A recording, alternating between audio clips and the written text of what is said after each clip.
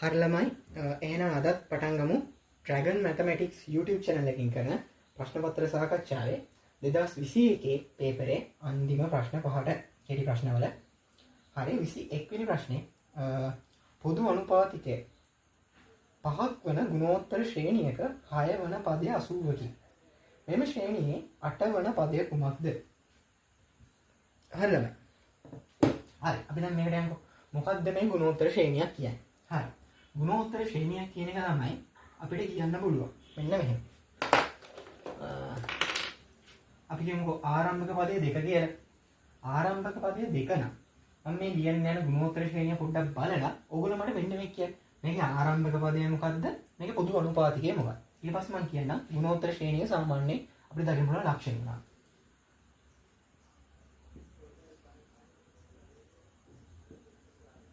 හරි. මම මෙන්න මේ විදිහට ගුණෝත්තර ශ්‍රේණිය ලියුවා. හරි. මේකේ ආරම්භක පදේ මොකද්ද ළමයි? ආරම්භක පදේ අපිට බැලුවෙන් පේනවා. මෙන්න මේක තමයි 2. ඊළඟට අපිට කියන්න පුළුවන් පොදු අනුපාතිකය ගුණෝත්තර ශ්‍රේණිය වලට තියෙනවා. ඒක මොකද්ද?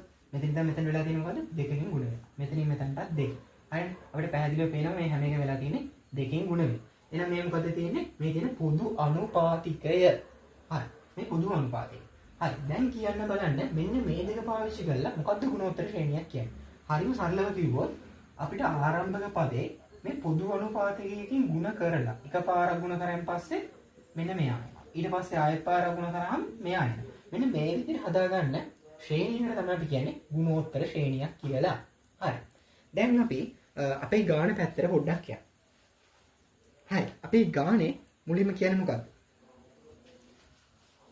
අපේ ගානේ මුලින්ම අපිට කියලා තියෙනවා මේකේ පොදු අනුපාතිකය කියන්නේ මොකක්ද කියලා. ඒක අපි දාගමුකෝ. R සමානයි කියලා දීලා තියෙනවා 5ට. ඊට පස්සේ ඒගොල්ලෝ අපිට දීලා තියෙනවා මේකේ 8 වන පදය. මේකේ 8 වන පදය ඒගොල්ලෝ දීලා තියෙන්නේ. 8 වන පදය තමයි අපෙන් අහන්නේ. 6 වන පදය තමයි දීලා තියෙන්නේ. ඒ කියන්නේ 6 වන ටර්ම් එක 80යි. අපෙන් අහනවා 8 වන පදය. හරිද? දැන් මම ඕගොල්ලන්ට ඉස්සෙල්ලා කිව්ව නේද? ගුණෝත්තර ශ්‍රේණියක බේසික්ස් වල අපිට ඇහැට පේන දේ තමයි පදයකින් පදයකට යද්දි එයාගේ පොදු අනුපාතිකයෙන් ගුණ වෙලා තියෙන්නේ. අපිට හරි සරලව මේ ගාන හදන්න පුළුවන් තමයි ළමයි. මෙන්න මේ බලන්න. දැන් අපිට ඕනේ T8. අපි දන්නවා T6. අපි දන්නවා පොදු අනුපාතිකය. හරි ලේසියෙන් ළමයි. මේක පහෙන් ගුණ කරා. ආයේ ආපු උත්තරේ පහෙන් ගුණ කරා. නැත්නම් ඉතින් ඕගොල්ලෝ දෙපාරක් ගුණ කරන්න බැයි නම් මට මේක එකපාර කරන්න පුළුවන්. මෙහෙම. මෙතන ඉඳන් මෙතනට එකපාර 25න් ගුණ කරන්නකො මේ දෙකම අරන් 25න් ගුණ කරලා අපිට ඕන T6 ඉඳන් T8 එකපාර ගන්න පුළුවන්. මේ කිව් එක තේරුම් නැති ළමෙක් ඉන්නවනම් ඒ කියන්නේ හැම වෙලේම සමීකරණම ඔස්සේ ගාන හදන ළමෙක් ඉන්නවනම් ඒ හදන ළමයට මේ චුට්ටක් වෙලා යන ගානක් වෙනවා. හැබැයි ඕගොල්ලන්ට ඉතින් අර වගේ හිතන්නේ නැතුව නිකන් හදනවා නම් මේ විදිහට හදන්න. අපි දන්නවා ගුණෝත්තර ශ්‍රේණියක සමීකරණය මොකක්ද? අපි දන්නවා Tn සමානයි A R n ඍණ 1 වෙනි බලය. හරි. මොකද්ද මේ A කියන්නේ? ඒ කියන්නේ ආරම්භක පදය. ඊට පස්සේ මෙතන R කියන්නේ මොකද්ද? R කියන්නේ පොදු අනුපාතිකය. ඊළඟ මෙතන n කියන්නේ අපි හොයන කීවෙනියද? ඒ කියන්නේ සාමාන්‍ය අපි කියමුකෝ 4 වෙනි පදය කියලා. ඒ 4 වෙනි පදය කියන එකේ 4 තමයි මේ n කියලා ගන්න. ඒ කියන්නේ කීවන පදයේද කියන එක තමයි n වලින් හොයන්නේ. හරි. හරියමයි. දැන් අපි සමීකරණ පාවිච්චි කරලා ගාන හදමු. දැන් හරිනේ. දැන් අපි මේ සමීකරණ බැලුවෙන් පස්සේ අපිට පේනවා ඒගොල්ලෝ දීලා තියෙනවා මේ T6 වෙන පදේ. මේ T6 වෙන පදය අපි දන්නවනේ. දැන් අපිට ඒක ලියන්න පුළුවන් T6 සමානයි. අපි දන්නේ නැති දේ තමයි මේ A. අපි දන්නවා R කීයද? 5යි. අපි දන්නවා දැන් 6 වෙන පදේ නම් මෙතෙන් දාන්න ඕනේ කීයද? 6 ඍණ 1. ඒ කියන්නේ 5යි කිය. අපි ඒක මේ විදිහට ලියාගමු. T6 කියන්නේ කීයද? 80යි. 80 සමාන කරනවා A වාරයක් 5 වාරයක් 5 බලය වෙන්නේ 5. හරි. දැන් මේක අපිට ලියා ගන්න පුළුවන් ඒ සමානයි 80 බෙදීම 5 5 වෙනි බලය. කොයි වෙලේවත් නෙමෙයි මේ 5 5 වෙනි බලය කියලා 5 ගුණ කිරීම 5 ගුණ කිරීම කියලා ගාන ලියලා දිග උත්තරයක් යට කරගන්න හදන්න යන්න එපා. ඒක මෝඩ වැඩක්. ඕගොල්ලොන්ට මේ වගේ ගණන් වලදී මේ දර්ශක කොටස් ගොඩක් වෙලාවට කැපිලා යන විදිහට තමයි ගණන් දීලා තියෙන්නේ. හරි. දැන් අපි ඊළඟට යන්න. දැන් අපි හොයාගත්තා පළවෙනි පදය මොකක්ද කියලා. නැත්නම් ආරම්භක පදය. හරි. දැන් අපි ආරම්භ පදය හොයාගත්තා. අපි යන් දැන් හොයන්න T8 වෙනි පදය මොකක්ද කියලා. හරි. දැන් සරලවම හොයමු T8 මොකක්ද? දැන් අපි දන්නවා පළවෙනි පදේ 80 බෙදීම 5 පස්වෙනි බලය ඊළඟ ගන්නවා පොදු බලය 5 ඊළඟට අපිට ඕන කියන එක්කෙනා බලය ගන්න 8 නම් එතෙන් දා ගන්න ඕනේ 8 ඍණ 1 ඒ කියන්නේ කීයද 7 වෙනි එක්කෙනා අපි දන්නවනේ මේ මං කිව්ව අර දර්ශක සුළු වෙනවා කියලා අන්න එහෙම සුළු වුණා ඊට පස්සේ ඉතුරු වෙන්නේ කීයද 5 දෙවෙනි බලය මෙතන 5 මෙතන 7 තිබ්බේ ඉතුරු වුණා 5 දෙක ඒ කියන්නේ අන්තිමේදී ආවේ 80 ගුණ කිරීම 5 දෙවෙනි බලය කියන්නේ කීයද 25යි අන්න ලේසියි අපිට මේ a කියන එක වුණා දැන් ඒක ඉවරයි හරි දැන් අපි මේක සුළු කරමු 25 ඉන්නවා 8ෙන් ගුණ කරාම කීයද 40යි 4යි 8 කරා 16යි 20යි ඒ කියන්නේ අන්තිම උත්තරේ කීයද 2000යි හරි ලේසි ගන්න අර විදියට අපිට වෙලාව අඩු කරලා හදා ගන්නත් පුළුවන් ඕනනම් ඕගොල්ලන්ට අර ළමයි මං කිව්වා වගේ 25 ඉන්න ගුණ කරන්න අන්තිමට ආවේ ඒකෝනේ මෙතනත් උනේ ඕගොල්ලන්ට ඕන නම් එහෙම ලියලා සුළු කරලා බලන්න අන්තිම උත්තරේ 2000ක් එයි අපි යන් ඊළඟ ගානට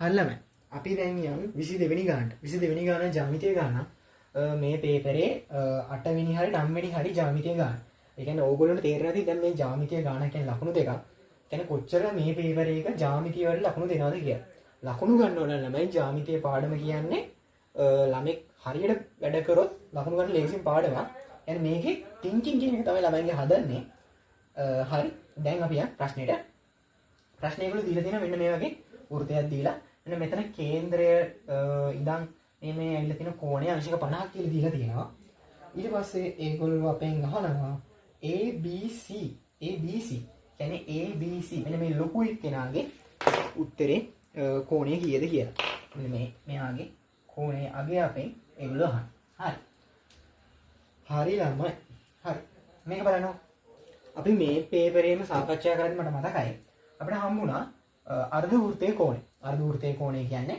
විස්කම්භයක් වැදිලා තියලා එයාගෙන් කෝණයක් ඇවිල්ලා තියෙනවා නම් එයාගේ කෝණයයි හොඳට බලන්න ළමයි මෙන්න මේක මෙන්න මෙතන ඉඳන් මෙන්න මේ ඇවිල්ලා තියෙන්නේ මෙන්න මෙහෙම ඇවිල්ලා තියෙන්නේ කියන්නේ DBC කියන කෝණය කීයද අංශක 90යි ඒකට හේතුව මොකක්ද DBC කෝණය අංශක 90යි මේක ඕගොල්ලන්ට ඕන නම් මෙන්න මෙහෙමයි කියලා ලියන්නත් පුළුවන් එහෙම ඉතින් හිතන්න එපා ඔන්න මෙහෙමත් ලියන්න පුළුවන් හරිද අංශක 90යි මේකට හේතුව මොකක්ද අර්ධ වෘත්තයේ කෝණ අර්ධ වෘත්තයේ කෝණ හරි දැන් අපිට දැනගන්න ඕනේ ඊළඟ කොටස මොකද්ද මෙන්න මේ පොඩි කෑල්ල හොයාගත්තා නම් අපි මේ ABC කියන කෝණේ හොයාගත්ත වෙනවා හරි ඊළඟට දැන් බලමු මේ 50 පාවිච්චි කරලා අපි කොහොමද හදන්නේ කියලා මම මේක කියද්දිම මේ රූපේ කියද්දිම මම ඔයගොල්ලෝ කිව්වා නේද මේක ඇඳලා තියෙන කේන්ද්‍රයෙන් කියලා ඕගොල්ලෝ ජ්‍යාමිති පාඩම කරලා තියෙනවා මතකයි නේද මතක ඇති මොකක් හරි මේ මෙන්න මෙතන බලන්න මෙතන තියෙනව නේද වෘත්ත ඡාපයක් මෙන්න මේ කොටසින් ඉතින් කේන්ද්‍රය ආපාතනය කරලා තියෙන කෝණය පරිධි ආපාතනය කරපු කෝණය වගේ දෙගුණයක් කියලා. ඒ කියන්නේ හරියට කිව්වොත් මම මෙතන තියෙන්නේ මෙතන තියෙන කෝණය x නම් මේ අපිට ඕනේ පොඩි කෝණය x නම් මෙන්න මෙතන කෝණය 2x කියලා අර කිව්ව එකෙන් අපිට හොයාගන්න පුළුවන් නේද? හරි. එහෙනම් අපිට පැහැදිලිව දන්නවනම් 2x සමානයි 50යි නම් x කියන්නේ කීයද? ලේසියෙන් දන්නවනේ 50 දෙකෙන් මෙතුව. කියන්නේ 25. එහෙනම් එතකොට DBA කෝණය කීයද? DBA කෝණය සමාන වෙනවා 25ට. හේතුව මොකද්ද? හේතුව තමයි කේන්ද්‍රය ආපාතනය කරන කෝණය පරිධි ආපාතනය කෝණයේ දෙගුණයක් වේ. ඒක දැන් ලොකු වෙනවා මම මෙතන ලියන්නේ නැහැ. අපි දැන් කෙලිම උත්තරේ ලියමු. ABC කෝණය කීයද? ABC කෝණය වෙනවා 25 ධන 90. 25 ධන 90 කීයද? 5යි 11යි. අංශක 115යි. හරි. මේ ගාන ලේසි ගාන. අපි යන් ඊළඟ ගානට. ළමයි අපි යන් දැන් ඊළඟ ගාන. ඊළඟ ගාන අපිට බැලුවලට පේනවා. ඒක න්‍යාස ගාන. ඒගොල්ලෝ දීලා තියෙනවා A න්‍යාසය කියලා මෙන්න මේක. B න්‍යාසය කියලා මෙන්න මේක දීලා තියෙනවා. හරි. දැන් ඒගොල්ලෝ අපෙන් අහනවා A B න්‍යාස. අපිට මේ අහලා තියෙන්නේ න්‍යාස ගුණ කිරීමක් ගැන. හරි ලේසි. හරි ළමයි. මේ න්‍යාස ගුණ කරන්න ළමයි එක එක විදි පාවිච්චි කරනවා. ඒකට මම පාවිච්චි කරන එක විදිහක් තමයි මෙන්න මේක අරගෙන මෙන්න මේකෙන් ගුණ කරනවා. හොඳට බලන්න මගේ ඇඟිලි මම ගත්ත මෙන්න මේක. ඒ කියන්නේ මේ පැත්තට අත හරවලා මෙහෙම අරගෙන මෙහෙම අරන් මෙයාව අරන් මෙයා. ඒ කියන්නේ උඩ එක්කෙනාට උඩ එක්කෙනා යට එක්කෙනාට යට එක්කෙනා. ඒ අර පැටලෙන හින්දා මම හොයාගෙන කරන තියෙන විදිය තමයි එක්ක මෙහෙම අරන් මෙහෙම එහෙම කරද්දී අර අත අමාරුනේ. ඉතින් මම කරන්නේ අත මේ අතට අර අනිත් පැත්ත හරවලා මේක අරන් එයාවරම් මෙතනින් තියන්න. එතකොට මට එන්නේ මෙයාගෙන් මෙයා ගුණ කරන්න, මෙයාගෙන් මෙයා. ඒකම කරනවා මෙයාට. මෙයාව ගත්තා මෙතනට. ඒ කියන්නේ මෙයාගෙන් මෙයාව ගුණ කරනවා, මෙයාගෙන් මෙයාව ගුණ කරනවා. ඊට පස්සේ මෙතනින් එන පදේ එකතු කරා, මෙතනින් එන පදේ එකතු කරා. හරිනේ. අපිට ඒතකොට එන්නේ මොකක්ද? එක ගුණ කරන්න ඍණ 1. එක ගුණ කරන්න ඍණ 1. ඒකට එකතු කරන්න මෙයා ගුණ කරන්න මෙයා, මෙයා ගුණ කරන්න මෙයා. ඒ කියන්නේ ඍණ 3 ගුණ කරන්න ඍණ 1. මේකෙන් එක්කෙනෙක් එනවා. අපි ඊළඟ එක්කෙනා මට කතරින් ඉගෙන තියෙන තමයි යටින් ලියන්න. හරි. ඊළඟ එක්කෙනා මෙයා මෙයාගේ. හරි. ඒ කියන්නේ එක ගුණ කරන්න දෙකෙන් එකට එකතු වෙනවා. ඍණ 3 ගුණ කරන්න ධන 1. හරි ළමයි. මේක සුළු කරන් පස්සේ අපිට එනවා මෙතනින් ඍණ 1ක්. මෙතනින් එනවා ධන 3ක්. මෙතනින් එනවා 2ක්. මෙතනින් එනවා ඍණ 3ක්. හරි ළමයි. ධන 3යි ඍණ 1යි කියද? කියන්නේ ධන 2යි. ඊට පස්සේ මෙතනින් එනවා ඍණ 3යි ධන 2යි. ඒ කියන්නේ ඍණ 1යි. මෙන්න හල්ලේසින් උත්තරේ ගත්තා. අර මං කිව්ව එක පැහැදිලි නැත්තම් උන් ආයෙ බලාගන්න. මෙයාව අරගෙන තමයි මෙන්න මෙතනට දැම්මේ. ඒ කියන්නේ මෙන්න මෙයාව ගත්තා, එයාගෙන් මෙයාව ගුණ කරා. එයාව ගත්තා, එයාගෙන් මෙයාව ගුණ කරා. හැම වෙලේම මේ උඩ ඉන්න එක්කෙනා යට ඉන්න එක්කෙනාගෙන් ගුණ වුණා. මේ පද දෙකෙන් ආපු අර ගුණිතයන් දෙක එකතු වුණා. ඒකෙන් තමයි එක පදයක් හැදෙන්නේ. ඊට පස්සේ ආයෙත් ඒකම වුණා. ඒකෙන් තමයි ඊළඟ පදය ආවේ. ඒකෙන් මේ කොටසෙන් මේක ආවා, මේ කොටසෙන් මේක ආවා. හරි. අපි යන් ඊළඟ ගානට. හරි ළමයි. ඊළඟ ගාන තමයි 24 වෙනි ගාන. ඒක කියලා තියෙනවා මෙන්න මෙහෙම කතාවක්. බෑග් එක රතු පාට සහ කළු පාට සර්ව සම බෝල පමණක් ඇත. ඒ කියන්නේ බෑග් එකක් තියනලු. ඒ බෑග් එකේ තියෙන්නේ රතුයි කළුයි බෝල විතරයිලු. ඒ වගේ මේ බෝල සර්ව සමාන. ඒ කියන්නේ පාට විතරයි වෙනස්. හරි. ඊළඟ කියනවා අහඹු ලෙස බෑගයෙන් බෝලයක් ඉවතට ගැනීමේදී එය රතු පාට බෝලයක් වීමේ සම්භාවිතාව 7න් 2ක්ලු. හරි. ඒ කියන්නේ මෙහෙමනේ. ඒගොල්ලෝ කියන්නේ මෙන්න මෙහෙම බෑග් එකක් තියෙනවා. හරි. මේ බෑග් එකේ මෙන්න මේ විදිහට එක එක බෝල තියෙනවා. හරි. සමහර ඒවා රතුයිලු, සමහර ඒවා කළුයි. හරි. මෙහෙම රතුයි කළුයි කියලා අඳුමකො නිකන් මේ රූපයක් ඕනේ නැහැ මම ඕන පැහැදිලි වෙන්න කියන්නේ. ඒ කියන්නේ ඊට පස්සේ මෙන්න මෙහෙම බෑග් එක අපි දාලා බෝලයක් ගන්නවලු. එහෙම බෝලයක් ගත්තන් පස්සේ රතු පාට එකක් වීමේ සම්භාවිතාව කියන ළමයි 7න් 2ක් කියලා. 7න් 2ක්. හරිනේ. හරි. එහෙනම් කියන්නම ළමයි. අපි දන්නවනේ මොකක් හරි දෙකකින් කරන්න පුළුවන් જાති දෙකක් හරි කීපයක් හරි තියෙද්දි ඒ වල සම්භාවිතාවල එකතුව කීයක් වෙන්න ඕන? සම්භාවිතාවල වල එකතුව එකක් වෙන්න ඕන. ඒ කියන්නේ මේ බෑග් එකෙන් අත දාලා බෝලයක් ගත්තයින් පස්සේ අපිට ඒකෙන් වෙන්න පුළුවන් දේවල් මොකද්ද? එක්ක රතු වෙනවා, එක්ක කළු වෙනවා. එහෙනම් මේ වෙන්න පුළුවන් අවස්ථා දෙකයි. ඒ අවස්ථා දෙකේ සම්භාවිතාවල එකතුව එකක් වෙනවා. හරි. එහෙනම් අපිට කියන්න පුළුවන් නේද? කළු පාට එකක් වීමේ සම්භාවිතාවය කීයද?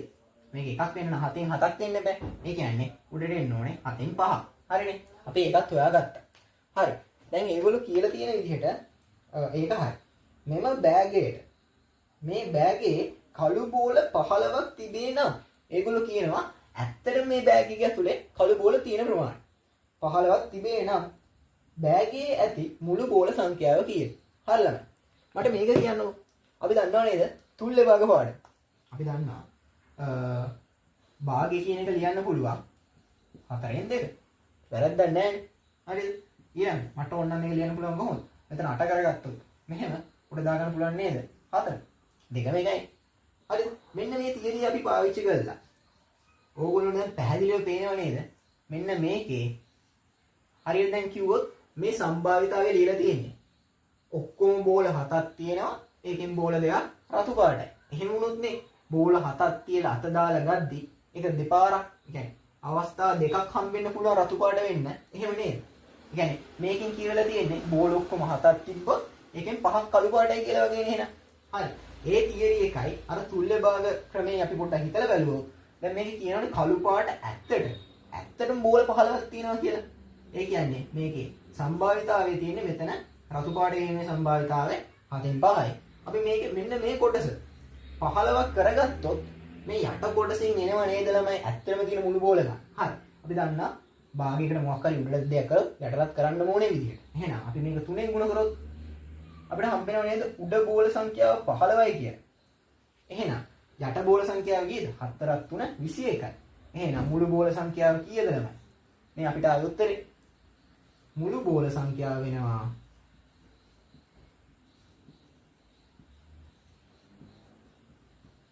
21ක්. මේ ගාන හරිම ලේසි. මෙන්න මෙතනට ඕගොල්ලන්ට අර සමානුපාතික ක්‍රමය පාවිච්චි කරන්න පුළුවන්. ඊට වඩා මම නම් හිතනවා මේ තුල්ලභ ක්‍රමය ඕනම ළමයට පහසුවෙන් තේරුම් ගන්න පුළුවන් කියලා. එහෙනම් මම මේ විදිහට හැදුවා. ළමයට ඕන අර විදිහට හදන්න. කිසි ප්‍රශ්නයක් නැහැ. එකම උත්තරේ එනවා. හරි අපි යන් ඊළඟ ගානට. හරි ළමයි. මේ පේපරේ අන්තිම ගාන 25 වෙනි ගාන පළවෙනි කොටසේ තියෙන. හරි. ඒක බැලුවම පේනවා පතයන් පාඩම ආශ්‍රයෙන් බිල්ල තියෙන ගාන. ගාන කියලා තියෙනවා AB හා AC යන බිම් කඩක ඇති ඍජු කෝණීය මායිම් දෙකක. ඒ කියන්නේ මොකක් හරි පැතලි තැනක. ඒ කියන්නේ මොකක් හරි මෙහෙම තලිය තියෙන තැනක තියෙන මෙහෙම සරල රේඛා දෙකක් මායිම් දෙකක්ලු තියෙන්නේ. හරිද? ඊට පස්සේ කියනවා ABට 4 මීටර දුරකින් AB කියන්නේ මෙන්න මේ සරල රේඛාවනේ. යාට 4 මීටර දුරකින් කියන ළමයි අපි මෙහෙම ඉඳලා බලමු. මෙන්න මෙහෙම තියෙන අතුලට ගිහිල්ලා තියෙන මෙන්න මෙහෙම පතයක් නේද ඉන්නේ නිකන්. හරියට ගොඩ නිකන් අපි ගත්තොත් මේ වගේ කොලයක ඇඳුත් මෙන්න මෙහෙම උඩින් යන සමාන්තර රේඛාවකුයි යටින් යන සමාන්තර රේඛාවකුයි නේද එන්නේ. හරි. 4 මීටර දුරින්ද ඒ මුල්ලට අන්න කියනවා ඒ මුල්ලක් කියලා. මොකද්ද මේ මුල්ලක් කියන්නේ? මුල්ලක් කියන්නේ ඒගොල්ලෝ ලක්ෂයක් කියන වචනේ වෙනස් විදිහකට කියලා දෙන්නේ. නැත්තම් කොණක් කියන වචනේ වෙනස් විදිහට. ඒ කියන්නේ මෙන්න මෙතනට. මුල්ල ඒ මුල්ලට 5 මීටර දුරින්ද. මෙන්න මේක පොඩ්ඩක් අපිට ඇහිලා පුරුදු දෙයක් වෙන්න ඕනේ පේපර් කරලා තියෙන ළමෙක් නම්. යම්කිසි නියත ලක්ෂයකට යම්කිසි ලක්ෂයක ඉඳන් නියත දුරකින් යන්නා වූ රේඛාවක පතේ කියන එක ඇහිලා තියෙන්න ඕන. මම හිතනවා මේ ඒගොල්ලෝ මුල්ලක් කියලා තියෙන්නේ අර ලක්ෂය කියන වචනේ අහුන ගම ඕනම ළමෙක්ට පත පාඩම් පොඩ්ඩක් හරි දන්නව නම් ඒගොල්ලන්ට ඒක ඇහිලා තියෙනවා. එහෙනම් ඉතින් තේරෙන්නේ මේ ඇදෙන්න යන වෘතයක් කියලා. හරි. අපි යන් ඊළඟ මොකද මේ කියන්නේ කියලා. ඒ කියන්නේ ඒ මුල්ලට 5 මීටර දුරින්ද p ලක්ෂය ගසක් සිටවීමට අවශ්‍යයි. ඒ කියන්නේ මේ මොකක් හරි ලක්ෂයක් තියෙනවා p කියලා. එයා ඉන්නේ මේ AB රේඛාවට 4 මීටර දුරින්. ඒ කියන්නේ එක්ක මෙහෙන් හරි. ඒ වගේම ඒ ලක්ෂයේ ඉඳන් මීටර 5ක් ඈතින්ලු. ඒ කියන්නේ මෙයාගේ මීටර 5ක රවුමක් ඇන්දොත් ඒ රවුමටත් වැටෙන්න මෙන්න මේ රේඛාවටත් අයිති වෙන ලක්ෂය හරි ලේසි. එම ස්ථානයේ සොයා ගැනීමට අදාළ දල සටහනේ රූපයක් දක්වන්න. රූපේ දැක්කේ පත පිළිබඳ දැනුම ඇසුනේ සම්පූර්ණ කරන්න. හරි ළමයි. මේකනේ. අර දැන් මම ඉස්සෙල්ලා කිව්වනේ අපිට ඕන නම් මේකම කියන්න පුළුවන්. මෙන්න මෙහෙම යටින් යන සමාන්තර රේඛාවකින් වෘතයක් යදින්දි මෙහෙනුත් කැපෙයි. මෙන්න මෙහෙනුත් කැපෙයි. ඒත් මේ කියලා දින දීත තියෙන පතේ කියලා. එතකොට අර ස්ථාන දෙකෙන් එකකට මේක උත්තරේ සීමා වෙනවා. අපිට මෙහෙ අඳින්න බෑ. මෙහෙම රේඛාවක් ඇඳගෙන තමන්ම ඇඳගෙන එහෙම කරන්න. මේකෙදි ගානෙදි අපිට අවස්ථාවක් දීලා නැහැ. හරි. දැන් මේගොල්ලෝ කියන දේ ඔයගොල්ලෝ තේරෙනවනේ. මෙයා ඉන්න ඕනේ AB රේඛාවට 4 මීටර දුරින්. අපි ඒ කියන දේ මෙන්න මේ දීලා තියෙන සටහනේ සම්පූර්ණ වෙන්නේ මෙන්න මේ රේඛාවනේ. ඔය විතර පැහැදිලි කියලා. හරි. ඊට පස්සේ කියන්නේ ඒ මුල්ලේ ඉඳන් මීටර 5ක් ඈතින් වෙනවා. අපි මෙන්න මෙතන ඉඳන් කව කට්ට තියලා මෙන්න මෙහෙම රවුමක් ඇන්දොත් අපිට කැපෙයි මෙන්න මෙහෙම ප්‍රදේශයක්. ඕගොල්ලෝ මෙච්චර දුරට ඉන්න ඕනේ නැහැ. මෙන්න මේ රේඛාව කැපිලා තියෙනවා නම් ඒක තමයි ඒගොල්ලෝ පරීක්ෂා කරන්නේ. ඊට පස්සේ අනිවාර්යයෙන්ම මෙන්න මෙතන P කියන ලකුණ නම් අනිවාර්යෙන් පෙන්වන්න ඕනේ. ඒත් එක්කම ඔයගොල්ලන්ට පුළුවන් නම් මෙන්න මේ දුර වඩා සුදුසුයි 5 මීටර කියලා පෙන්වන්න. කියන්නේ අනිවාර්යෙන් ඒක මේ රේඛාවට වඩා වැඩි වෙලා තියෙන්න ඕනේ. ඒකෙන් මෙන්න මේ රේඛාව ඡේදනය වෙලා තියෙන්න ඕනේ. ඒ ඡේදනය වෙච්ච තැන අපි P කියලා පෙන්නලා තියෙනවා නම් සම්පූර්ණ ලකුණු මේ ප්‍රශ්නෙටත් හම්බ වෙනවා. මේ ප්‍රශ්නේ හරිම ලේසි ප්‍රශ්නයක්. හරි එහෙනම් අපි 2021 පේපරේ ඔක්කොම කෙටි ප්‍රශ්න ටික සාකච්ඡා කරා. මම හිතන හැම ප්‍රශ්නයක්ම තේරුණා කියලා මම කියලා දුන්න විදිහට කිසි මොකක් හරි ප්‍රශ්නයක් තියෙනවා නම් මේ වීඩියෝස් වල යට මැසේජ් එකක් දාන්න මම බලන්න. ඒ වගේම ඕගොල්ලෝ ඉස්සරහට කරන්න ඕනේ ස්කූල් වල පේපර්ස් මොන හරි ඒ වගේ දේවල් තියෙනවා නම් ඒවත් මට මැසේජ් එකක් දාන්න.